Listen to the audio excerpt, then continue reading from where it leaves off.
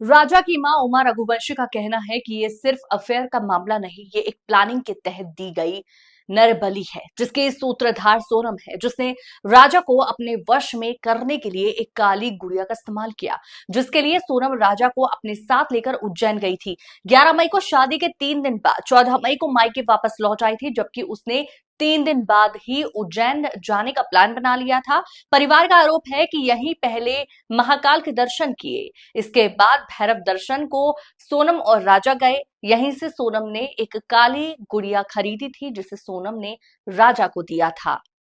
सोनम पर एतबार करके राजा उस काली गुड़िया को लेकर अपने घर गया। फिर अगले दिन यानी 18 मई को उसने गुड़िया मां को थमा दी।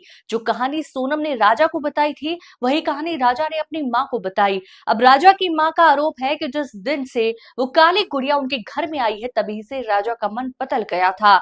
उन्हें ऐसा लगा कि जैसे उनका बेटा सोनम के वश में हो गया है। उस समय तांत्रिक के कहने पर सोनम के परिवार ने घर के बाहर दरवाजे के ऊपर सोनम की उल्टी तस्वीर लटकवाई थी। दावा ये था कि ऐसा टोटका करने से सोनम का सुराग मिल जाएगा। भले ही सोनम को राजा की हत्या में गिरफ्तार किया गया, लेकिन सोनम पूरी तरह सुरक्षित मिली थी। वैसे भी कोई भी कार्य करने से पहले सोनम का परिवार तंत्र क्रियाओं पर कुछ ज्यादा ही यकीन करता रहा है।